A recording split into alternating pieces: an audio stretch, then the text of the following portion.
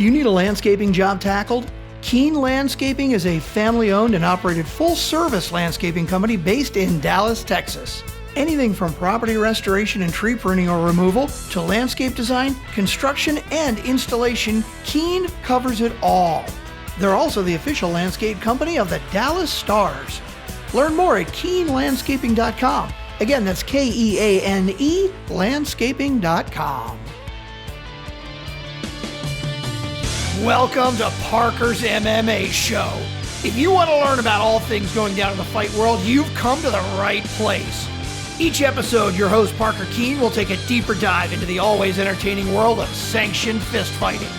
Now here's your host, Parker Keane. Parker's MMA Show, episode 57. We're going to recap the last couple cards. The UFC had the Anthony Smith card that Anthony Smith headlined, and then we're going to break down the Mike Tyson comeback fight against Roy Jones Jr. We're going to preview this weekend's card, and we're going to hit some current events, and then we got an interview right after that. So busy night here on the show. Like always, like, subscribe, share, do all that good stuff, and we'll keep the content rolling. So Billy, without further ado, let's jump into it. So Anthony Smith was back in action, taking on up-and-comer Devin Clark at the light heavyweight division. What did you make of the fight? I mean, to me, this is one of those classic there's levels to this matchups, right? Like Anthony Smith, I thought dominated Devin Clark the entirety of this fight, always in control, and it basically solidifies that despite the fact that he's lost a couple in a row here, he's still a top 15 light heavyweight in the world, and he can finish any of these up-and-comers who want to challenge his spot in that top 15. What did you think? Yeah, absolutely. I agree with you. I thought it was exactly what he needed to get back on track in that division right now. Obviously, he's coming off a couple disappointing losses after that title shot with John Jones, and with that win, I think he's right back in the mix at the top 10 and kind of shows that he still has a lot more to give. And I feel similar to how I felt about the upcoming Tony Ferguson fight. This is a little bit of a crossroads fight for him, and he came in and made it happen in the first round, got a quick win, and I would expect to see him, relatively soon back in action. So great win for Anthony Smith. So for Devin Clark, he was coming off a big win against Alonzo Menningfield and looked just totally overwhelmed by Anthony Smith. Where do you think he goes from here? I'd like to see him matched up with somebody like an OSP or a Paul Craig. I think there's this kind of nice, I hate to call it like a middle class, but like this nice crop of fighters just right outside the top 15 who aren't quite prospects, who are more so, guys who have had a couple UFC fights, or in OSP's case, like who's a veteran, but who's kind of outside that top 15 range. I just think there's a nice crop of fighters there. I think there's a lot of good matchups you could use as fillers for a lot of these kind of pandemic cards, in that division. Yeah, I like to see him go up against our guy. I'm going to struggle with this one. Magomed and Kalaev, the guy that just destroyed our boy Ion Cutelaba. I like that matchup. I think that's a fun banger. Obviously, Devin Clark's going to be, upset that he didn't get to showcase, his full potential in that Anthony Smith fight, because Anthony Smith was able to control the fight and get a quick finish. So that was the one I had. For Anthony Smith, where do you want to see him go from here? I kind of like the Anthony Smith against Johnny Walker matchup. Both those guys kind of fell on hard times and had a losing streak. They're both coming off a win, and I just think that's a fun, striking matchup. I think, definitely the hardcore MMA fans are going to be interested in that. So that's kind of where I would put Anthony Smith right now. What did you think? I like matching him up with Thiago Santos, but did Thiago Santos already book a fight? Turn around and book a fight again? Yep, he's booked. Fuck. Well, that was the one I had in mind. I think stylistically that's an awesome fight. So if that's off the table, I'll roll with Johnny Walker. That's going to be weirdness. Like every Johnny Walker fight. But, just a good win for Anthony Smith to get back, to solidify himself back in that top 10. Any other fights of note from that card? A guy who little cameo appearance there. Yeah, little brother. a guy who I had kind of my eye on, Miguel Baeza, submitted Takashi Sato on this card. I believe it was the co-main event. Baeza's now 10-0 overall, 3-0 in the UFC. I mean, 170 is absolutely stacked, but I think that's definitely a guy to watch. I mean, that's a high-level win, a high-level finish for Baeza. Yeah, I think he was one of the guys that I said to keep an eye on that card. But, yeah, another young guy coming off the Contender Series. Like I said, good on the mic, can fight his ass off. And, yeah, he's just another one of these young guys that's on the rise at 170. So I would definitely keep an eye out for him. All right, let's move on to the next card. We had Marvin Vettori, in my opinion, kind of beat the brakes off of Jack Hermansson and wins a lopsided decision. What did you make of that fight? Yeah, I mean, this was an exciting high-level fight. It's two guys. It was competitive to me. Like, yeah. I didn't think Hermansson was out of it necessarily, but I agree with you. I mean, it was a dominant win for Vettori on the scorecard, certainly. I think what I was really impressed with is Vettori's physical strength. It seemed like in the wrestling exchanges, he was able to definitely get the better of Hermansson. And I just, the thing that I kind of take away from it is when you look back on his fight with Israel Adesanya, which was kind of thought of as unimpressive from Izzy at the time, now we look at it a little differently, right? Where Vettori is taking down a high-level grappler in Jack Hermansson.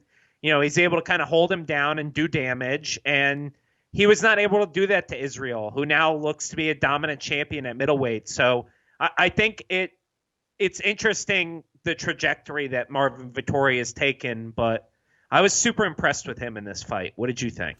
Yeah, I agree. He was kind of a guy I had my eye on, after he fought Israel, because in that run that Israel put together and all those guys that he beat, Marvin Vettori was his hardest fight. I think he pushed him to the brink, and did he win a couple rounds off Israel in that I don't fight? think he won any rounds, but it was close. It was close. It was competitive. It was a super competitive fight. So I don't know. He's another guy that, I just think he's improved so much the last couple of years, and his ceiling is really high in the middleweight division. And I think it's only big fights from here. I think he solidifies himself as a top 5 middleweight in the world right now.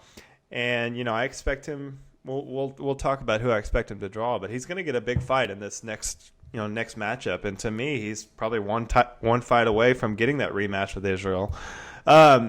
So for Jack Hermansson, where do you think he goes from here? I'd like to see him fight Kevin Holland. I mean, I know Kevin is scheduled to fight Jacare on the upcoming card. But I mean, I'd like to see him fight the winner of that fight. Would also like to see him fight the winner of Uriah Hall against Chris Weidman.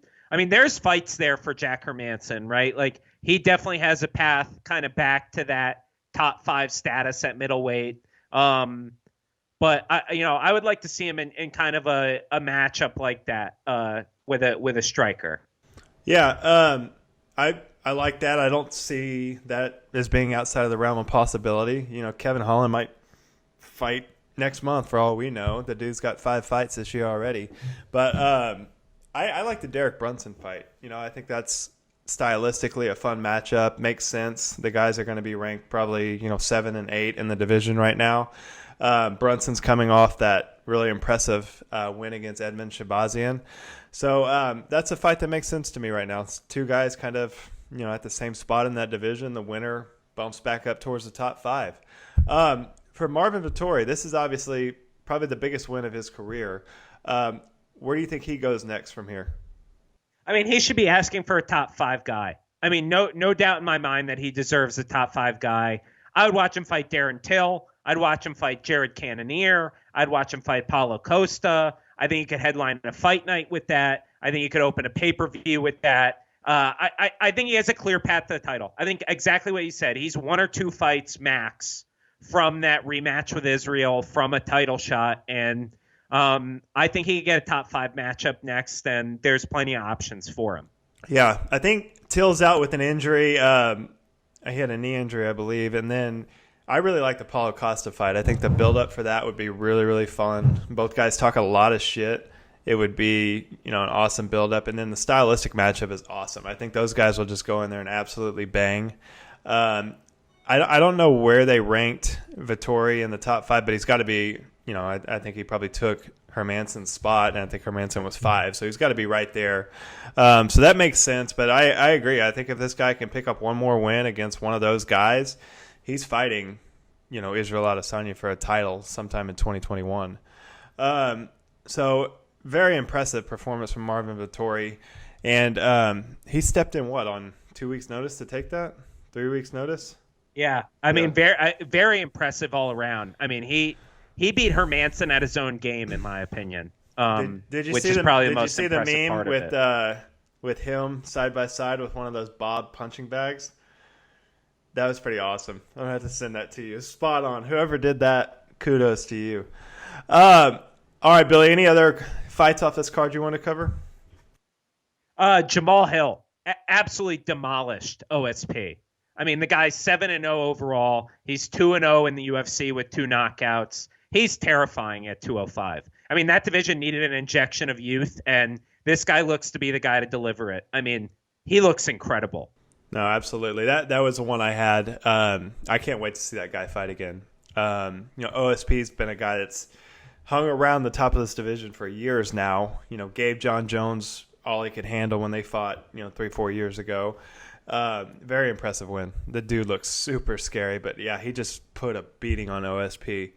All right, so that's it for our UFC recaps. Let's move on and listen to Billy apologize to Mike Tyson and Roy Jones Jr. for shitting all over their parade, which ended up being awesome.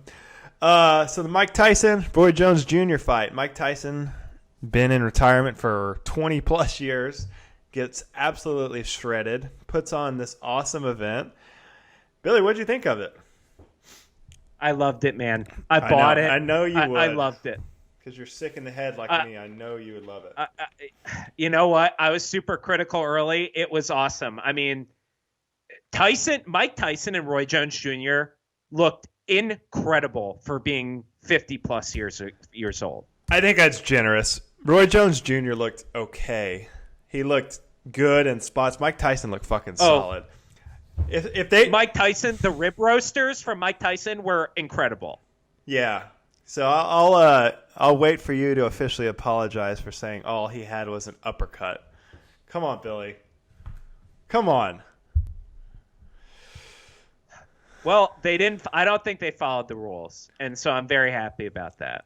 It still felt like Mike Tyson was going about 70%. It really did. Yeah. I don't like this kind of cross. I'll watch him versus Holyfield. And look, here's the thing too. The event was a lot of fun, right? Yeah, from start Nate Robinson to finish, against Jake Paul was hilarious. If you don't think that's hilarious, like you hate fun, in my opinion. Poor Nate Robinson. Poor bastard just got fucking starched by a YouTube sensation, and now Jake Paul thinks he's the next fucking Andre Ward. Like, relax, Jake Paul. Settle down. Like Badu Jack beating up the barroom boxer. That dude was super tough though. That Badu Jack fought. So tough. You could see Badu Jack was like at least 100 times better at boxing than he was. But that dude hung in there, took some hard punches and took a beating, but made it all the way through. Let me say something else. Snoop Dogg for 2 fights in a one-off event is hilarious. Like, putting Snoop Dogg on the Contender series was a terrible idea. But if he's doing like Mike Tyson and Jake Paul versus Nate Robinson, absolutely hilarious. Like, he's perfect for that sort of environment. He's not great for MMA prospects who are making like 8-8, who are like just trying to start their careers, and Snoop is making fun of them. Yeah. No, overall, I thought it was a success. And, I think we're going to see it again. I was reading, I think, did Snoop do some sort of partnership with Mike Tyson? They're going to do it again. So yeah, they're going to do like a celebrity fight league. Yeah, I'm down with that. I'll watch that. You can take my $49 every time. All right, so that leads me into my next question. Billy, do you think a similar format like that would work in MMA to try to get some legends out of retirement or kind of back in action? So I do, but in very limited matchups, right? Like you couldn't just throw anyone in there. So like I thought about if you could somehow put together Anderson Silva versus GSP at any point in time, I think people would tune in and watch that. Or like Fedor against Brock Lesnar. I think at any point in time, people would watch that. What's your rule set? What's your rule set? Because it would obviously have to be scaled back. Like, what are we doing? Heavier gloves and shin guards, or what? I mean, I think you could do I think you could do full MMA. Maybe you do headgear. I was kind of thinking about this. I think you do like 8-ounce or 10-ounce MMA gloves. You do shin guards, no headgear. And I don't know, maybe it's more of like a glory style kickboxing. I think there's a lot of shit you could do with it, and I totally agree. I mean, sign me up to watch Anderson Silva versus GSP, freak show fights. You bring that 7-foot tall Japanese guy back to fight Ronda Rousey or something. Let's get crazy, dude. Like, the guy's like, he's Brazilian, but the guy's name is Giant Silva, like from the dude from Pride, right? That's who you're talking about. No, I'm talking about the guy that went to war with not Dan Severn. Who's the one that wore with the mustache? The one we broke down live. Takayama and Don Fry. Yes, there you go. That guy. Bring him back. Takayama's in the hospital. I mean, he's like, apparently he's quadriplegic. Oh, well, even better. Bring him back. Come on. So, yeah, I mean, I would you have a problem. Yeah, I really do. I would totally sign up for that. Even if they did it like they do in hockey, like after the card, they bring like legends in to play like a pickup game. I would totally watch that. For sure. So basically pro wrestling. Pretty much, yeah. I could get behind it. But there's a lot of fun matchups you can make. Chuck Liddell taking on like, I don't know who. I don't know. I'm in for it. But, all right, so what was your favorite part of the broadcast? I just thought the presentation was awesome. Like, it kind of felt like Pride to me with the walkouts and the white ring and kind of the whole aesthetic. The other thing is, like, Israel Adesanya was great. I thought he was great on the broadcast. I want to see Mauro Ranallo back in MMA, too. I thought he was really good with Bellator. I think he's a lot better than the Goldie John McCarthy booth with Bellator. So the bipolar rock and roller. The bipolar rock and roller. Yeah, man, I like that guy. Dude, I like him in the UFC. He's one of my favorite commentators. He's freaking awesome. But I agree. I think Izzy did an incredible job at his first crack on the broadcast team. All right, so overall... He's not better than Anik, though. Anik's the best. No, not even close. Speaking of, we got to get Anik on the show soon. All right, so overall, I thought that was awesome. You know, I would definitely pay to see Mike Tyson again against another legend. You know, Holyfield, Anderson Silva, Evander Holyfield, make the fight. Brock Lesnar, let's go. All right, let's move on. So I had some general questions for you, just kind of the overall state of MMA. And this could end up being kind of Billy's hardcore minute here because I feel like Billy's going to go hard in the paint. But all right, the UFC has now lost 6 straight main events due to COVID. What do you think the issue is? I think it's obvious, right? I mean, you watch a UFC broadcast, and there is no acknowledgement that COVID even exists. Like, compared to other sports, I mean, it's like a state of denial in the UFC offices, right? And so it's like, I just think there's no protocols for fighters. Like, when they arrive in Vegas, the ones that even exist, I think, are not enforced. I think they kind of just let these guys... What? It's just gotten so loose, you think? Yeah, I think these guys get there and they're kind of allowed to do whatever they want. And it doesn't matter what city you're in the United States right now. Like, it's a COVID hotbed. Literally everywhere. So it's like, you have fighters who are going to the mall, who are eating inside, who are in the casino. Like, no shit, you're losing fighters to COVID. Like, I just think the UFC needs to either basically admit, I guess, or accept that they're going to put on a mediocre product in order to meet their number of events, or they need to set up like a bubble with one of the hotels in Las Vegas and keep fighters in there the same way that Major League Baseball and the NFL have done.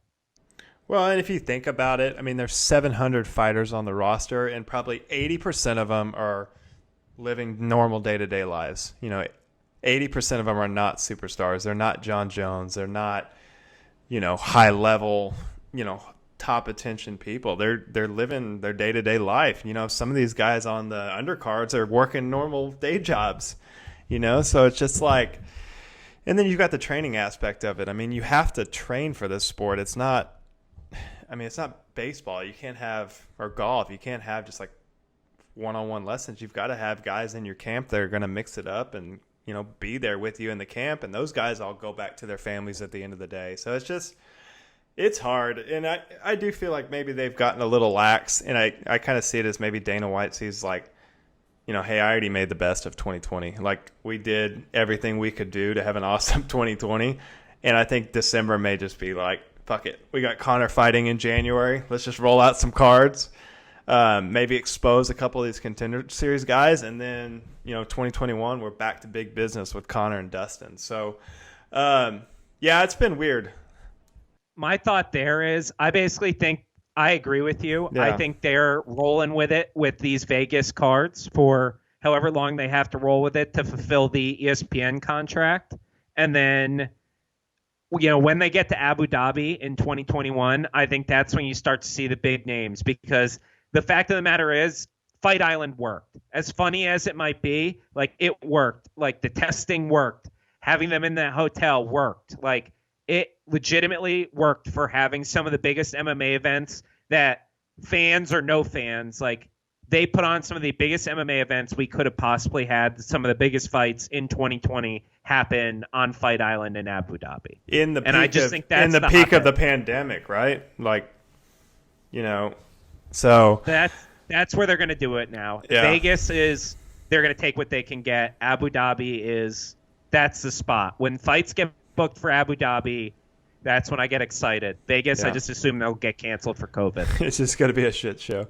All right, so let's move on to the recent roster cut. So Dana White came out, I think, last week and said by the end of the year they're looking to make around 60 to 80 cuts. One that was shocking to me was Yoel Romero ends up getting cut with 3 fights left on his roster, or on his deal. One of the best UFC middleweights, one of the best fighters we've had in the modern era. So for Yoel, what do you think his legacy is in the UFC, and where do you think he's going to end up? Yeah, I mean, I think Yoel is one of the best fighters to never win a UFC title. I mean, I think he's, maybe a step below like a Dan Henderson in terms of legacy for me, but he's right there with like Jacare and Gegard Mousasi and that whole kind of crowd of middleweights that never quite got to the top of the UFC. But I think he's probably top 10 UFC middleweight of all time. I mean, he had a lot of great wins. I mean, Luke Rockhold, Chris Weidman, absolute wars with Robert Whittaker. Paulo Costa fight. Paulo Costa fight of the year that he arguably won. I mean, the guy was he's an amazing, Tim Kennedy, just an amazing fighter, right? And I think he ranks up there with one of the best fighters the UFC's ever had. And he's kind of like a Daniel Cormier if Cormier never got to the title. Just a guy who started late because of wrestling. And, we don't really know what it would have looked like if he got to MMA in his athletic prime. Yeah, I agree. He's about to be 44 years old. I do think he has a small window left of putting on, a couple more exciting fights. But I think you're going to see a lot more of this. I think we're going to see Dana make the move to cut some of these older guys that, cost a lot of money to fight. Your maybe Holly Holmes, your Shoguns, your Alistairs, your Dominic Cruz, guys that have been around forever and, with another loss, they're putting themselves way outside of ever making a run for a title again. So, I think the thought process is maybe let's start cleaning out some of this older generation and make way for the new generation, the Sean O'Malley's, the Kevin Hollands, people like that, you pay a third of to fight, and they're getting a lot of eyes on them right now during the pandemic. So Yeah, it sucks, to see some of our favorite fighters of the last generation go. But I think the reality is it's just like it's a business. They got to keep it rolling no matter what. And I don't think the UFC is in business to keep 40-plus-year-old fighters fighting at the top level. So if you're Scott Coker, I think his initial thought on this was like, we're not in the old guy business. We're not in the UFC scrap business. But you see, he just picked up Rumble Johnson, and I think today he kind of made some comments, going back on what he said about Yoel Romero and maybe Anderson Silva. But if you're Scott Coker, I think you jump on these guys, especially Yoel Romero, because he could be your champion, in 1 or 2 fights in Bellator. He's that good. And you look at the roster at Bellator, it's relatively thin. You sign Yoel Romero tomorrow, he's probably your most popular light heavyweight and middleweight, So I think Yoel will get picked up. I don't want to see him, go to a freak show like bare knuckle boxing. I want to see him fight high level, for a couple more years and make as much money as he can. But that's kind of where I'm at right now. I think he's going to land in Bellator, and they're going to make some fun fights, especially with signing Rumble. And I think there's a lot left on the table with Yoel where he never went to 205. I think there's a lot. It's very interesting to see him move up to 205. Even at 44 years old, I think he could still do a lot of damage in that division. So, Billy, for you, who is someone you think will definitely get cut from the UFC? Clay Guida. He's scheduled to fight Michael Johnson in February. I expect him to lose that fight and then get cut.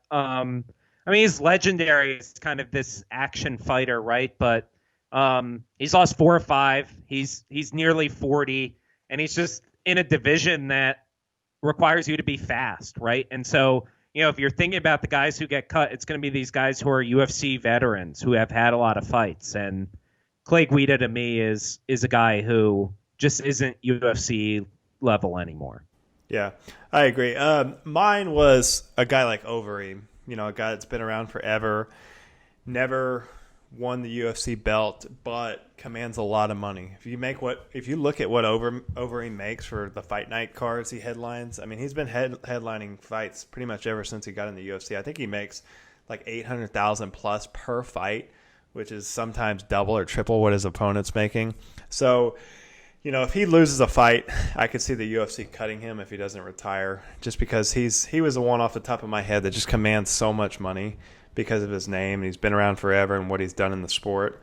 For you, who is someone that you think won't end up getting cut but is kind of on their last legs in the organization and the sport? Cowboy Cerrone. Yeah. I think Dana's kind of talked about having to have a hard conversation with him. He's a Hall of Famer, right? I think no question he's a Hall of Fame fighter. And, it's someone who I think Dana will end up giving him one more fight. But I just think it's kind of the end of the line for Cowboy, where it's a very diminished version of what he was as a fighter. And the UFC is terrible at making old guy fights. They're going to feed you to the Kevin Hollands, to the Marvin Vettoris, the guys, the Kazmats that are just going to fucking eat you alive. For me, Cowboy was one of mine. Diego Sanchez, I don't need to see him fight anymore. I don't need the weird yoga stuff anymore. That's a guy that, for me, has done everything he can do in the sport, and I don't need to see it anymore. Other guys like Frankie Edgar, to me, I kind of feel the same about. I just think it goes south from here, even though coming off a win, though.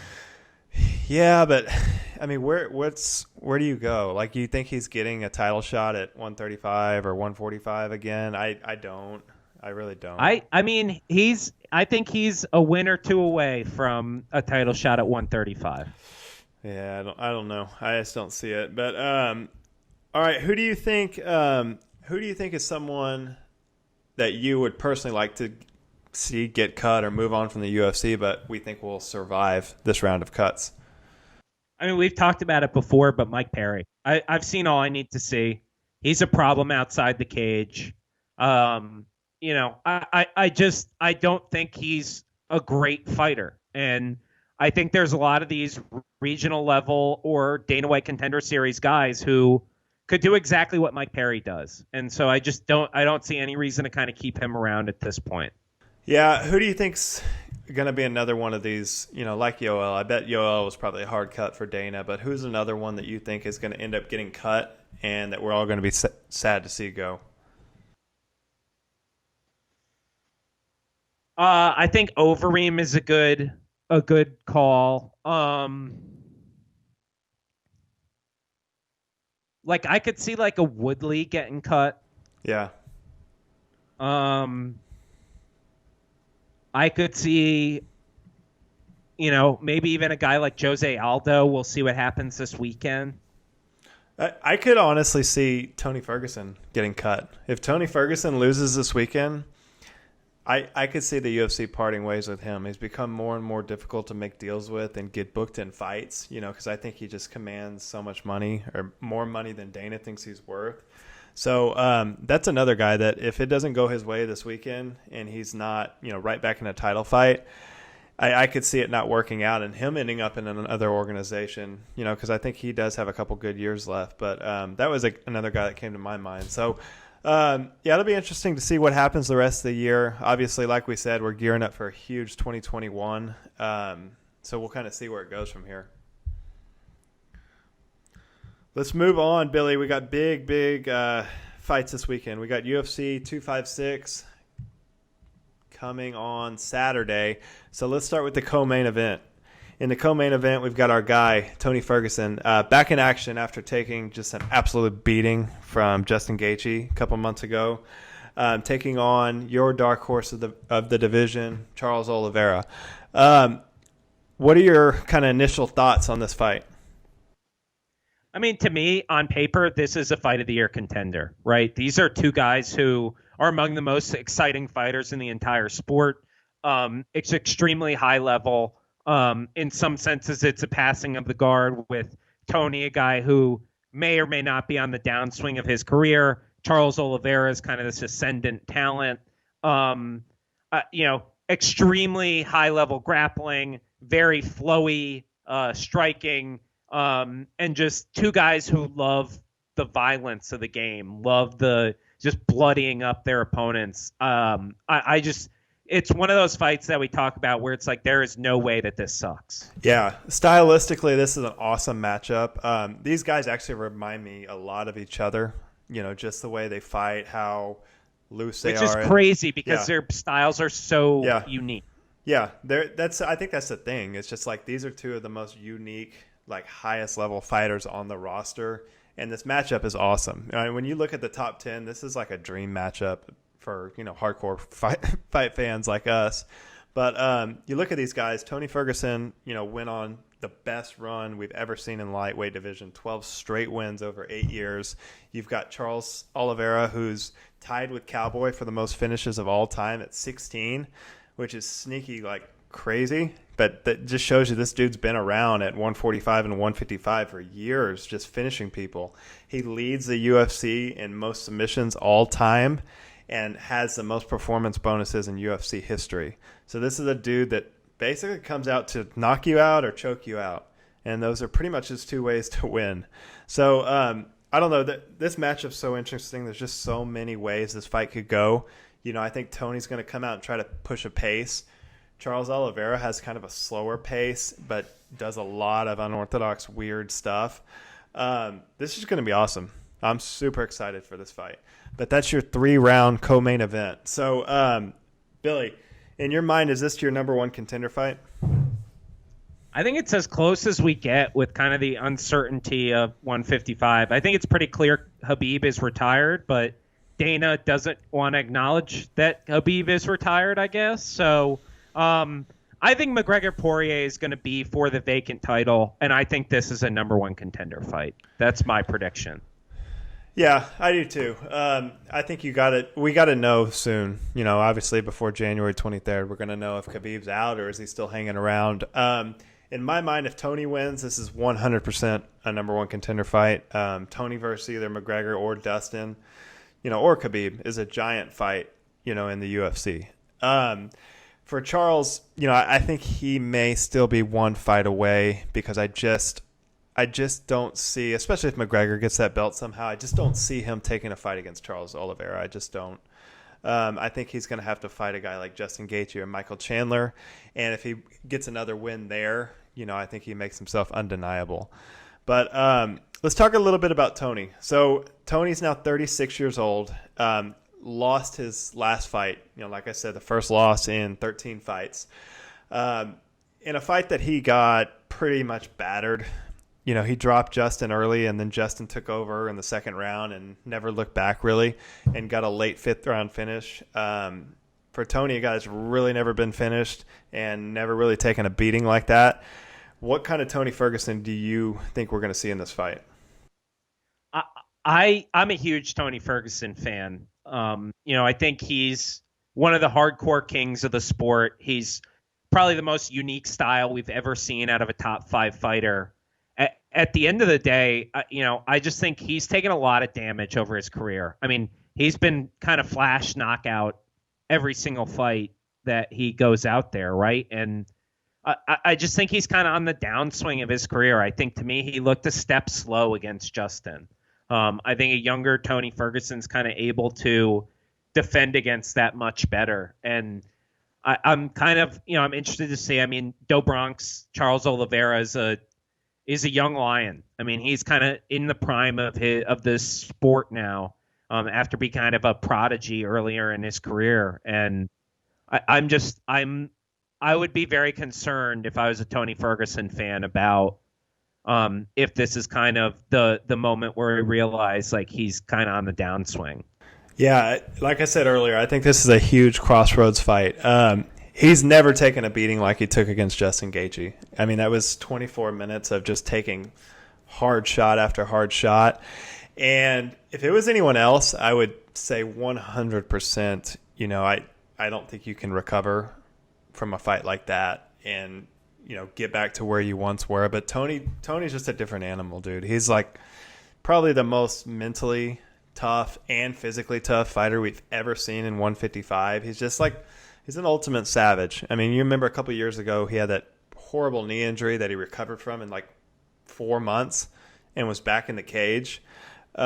He's just so unorthodox. His mental game is on just a different level. And I think he's going to be super motivated coming off that loss.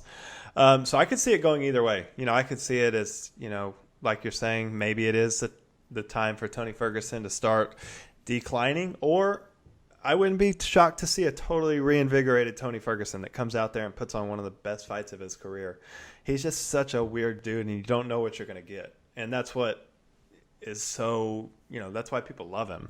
So I'm super interested to watch this fight. It's going to be awesome. For Do Bronx, last time out, he had a good fight against Kevin Lee, who, a lot of people are very high on Kevin Lee. A lot of people refer to him as kind of the uncrowned champ at 155, but he was able to submit him. What do you expect from him in his matchup against Tony? I think we're going to see the best Charles Oliveira we've ever seen. I think he's the most underrated fighter in this division. I've said that a long time. I think he was a prodigy in MMA, a guy who started extremely early. I mean, he was in the UFC as a teenager. And I just think he's finally figured out the full MMA game. I think he has all the striking. I think he has the grappling. I think he knows how to finish fights. I think he has great fight IQ, great instincts. And he just looks better and better every single fight. And I think he's going to push for a title in the best division in all of MMA.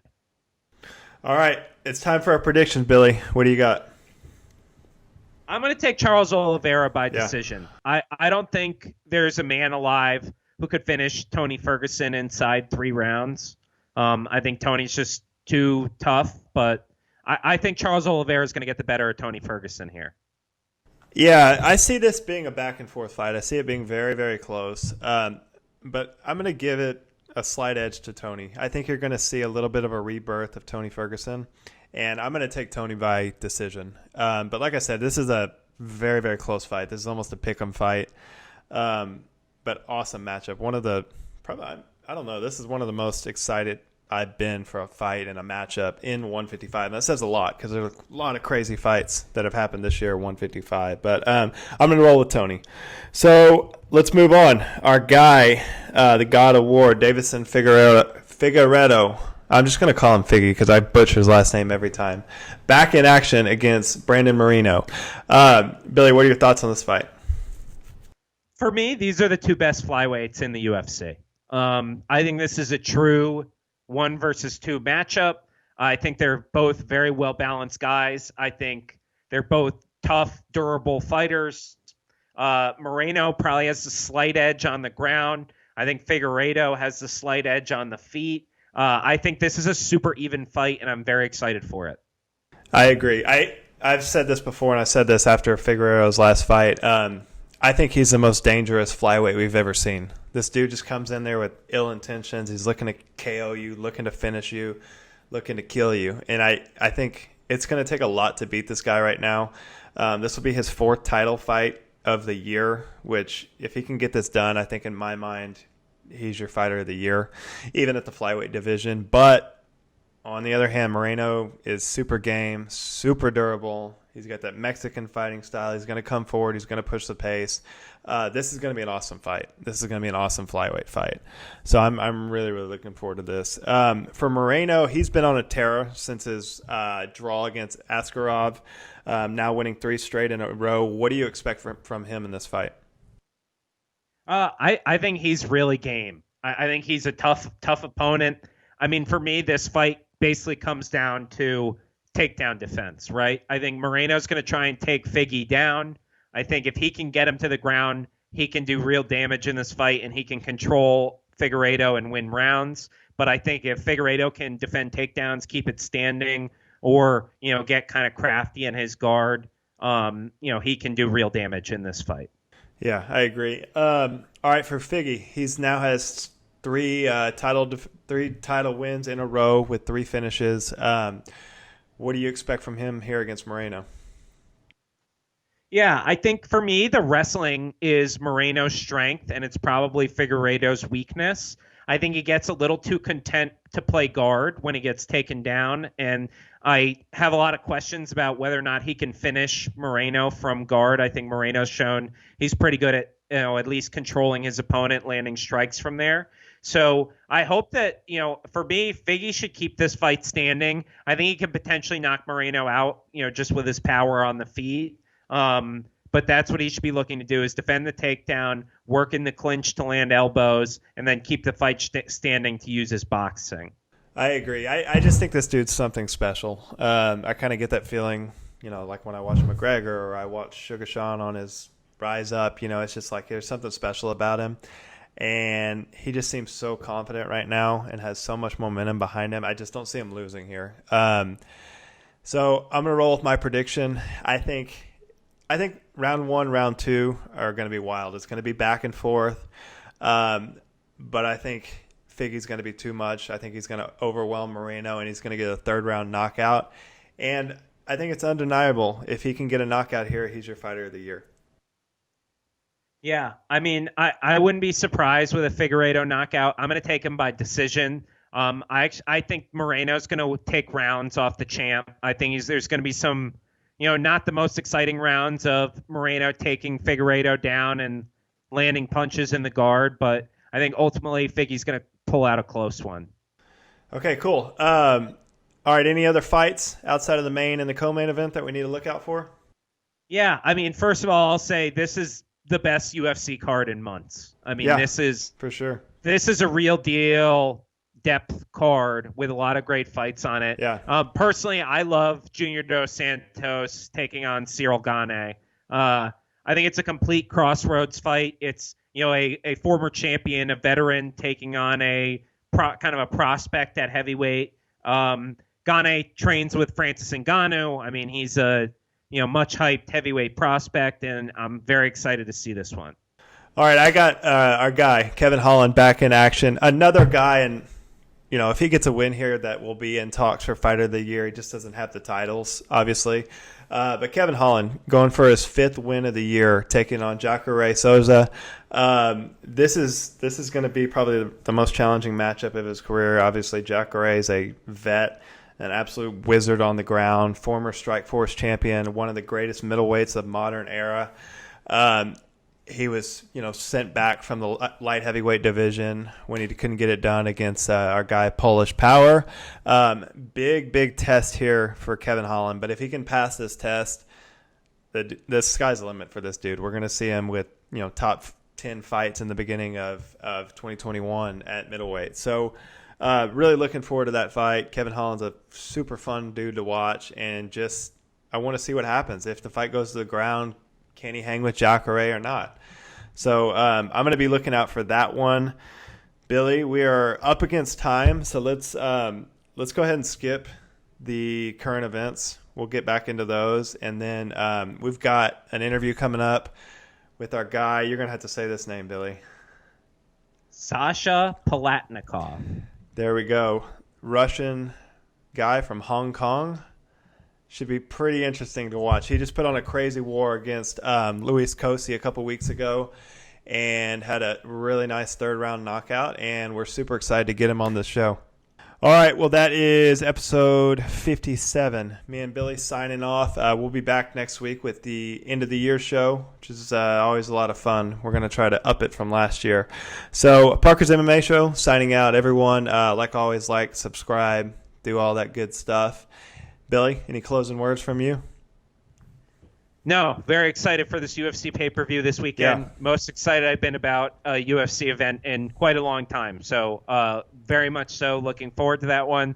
Looking forward to recapping 2020 with you, Parker. Crazy year. Look out for more fighter interviews, more podcasts from us. It should be a exciting end of the year. All right, guys. We'll catch you next week. Texas Trees is the premier tree care company in the DFW area. Whether you need basic maintenance or specialized services, when it comes to trees, we've got you covered. Pruning, chipping, bracing, and cabling, even root barriers and disease control, we do it all. And if you aren't sure what you need, we have certified arborists on staff to point you in the right direction. Visit us at northtexastrees.net. That's northtexastrees.net.